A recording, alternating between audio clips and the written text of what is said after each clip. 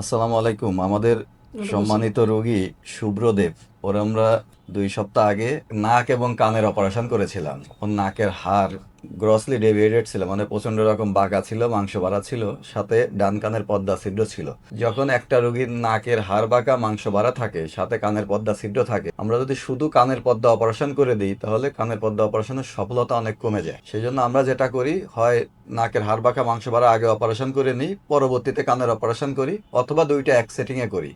অনেকে ভয় পায় যে দুইটা অপারেশন একসাথে করলে পেশেন্ট স্ট্রেস নিতে পারবে কিনা। আমরা যেহেতু খুবই মিনিমাল ইনভেসিভ সার্জারি করি, এন্ডোস্কোপিক্যালি সার্জারি করি, নাকের ভিতর বা কানের ভিতর তেমন কোনো কাটাকাটি নাই, কানের বাইরে থেকে কোনো কাটাকাটি নাই, সেই জন্য আমরা এই দুইটা সাকসেসফুলি করি। আমরা এখন পর্যন্ত যত রোগীর করেছি আল্লাহর রহমতে সব রোগী ভালো আছে। সেই জন্য আমরা আমাদের সম্মানিত রোগীদের বলবো, আপনাদের এই ব্যাপারে যদি কোনো চিকিৎসক পরামর্শ দেন যে আপনার নাকে কানের অপারেশনের আগে নাকের অপারেশন করতে হবে, তাহলে আপনারা নির্দ্বিধায় চিকিৎসকের পরামর্শ গ্রহণ করে আগে নাকের অপারেশন করে নেবেন। কেননা কানের অপারেশনের সফলতা নির্ভর করে নাকে কিভাবে শ্বাস যাচ্ছে, নাক আর কানের যে সংযোগ নালী এইটা কিরকম কাজ করছে, এবং সার্জনের অপারেটিভ টেকনিকটা কিরকম, এগুলোর উপর। তাইলে শুভ্রদেব, তোমার যে দুইটা জি স্যার। অপারেশন একসাথে করলাম, জি। অপারেশনের স্ট্রেস তোমার কি অনেক বেশি কষ্ট হয়েছে?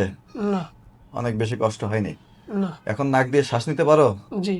হ্যাঁ, তোমার কানের পর্দাও আমরা পরীক্ষা করে দেখলাম, আজ কেবল যেহেতু 14 দিন হয়েছে, জি। এখনো মানে পরিপূর্ণভাবে আমাদের কানের ভিতর যে ওষুধ দেওয়া আছে, জেল ফর্ম বা আমরা যে প্লাটিলেট রিচ ফিব্রিন দিই, ওইটা এখনো আছে। সেই জন্য পরিপূর্ণভাবে পর্দাটা এখন দেখতে পারবা না। আমাদের সাথে ফাইনাল যে ফলো আপ 1 মাস পরে যখন আসবে, তখন সব একদম ক্লিয়ার দেখতে পারবা, ঠিক আছে? জি। তাহলে এখন তোমার প্রতি পরামর্শ হচ্ছে, তুমি নাক দিয়ে যাতে ক্লিয়ার সাহায্যে যেন নাকটা রেগুলার পরিষ্কার করবা, আর গোসল করার সময় কানে যাতে পানি না যায়। আর আমরা যে ওষুধগুলো দিয়েছি এই ওষুধগুলো ঠিক মতো খাও, ঠান্ডা যাতে না লাগে। আশা করি পরিপূর্ণ সুস্থ হয়ে যাবে, ঠিক আছে? জি।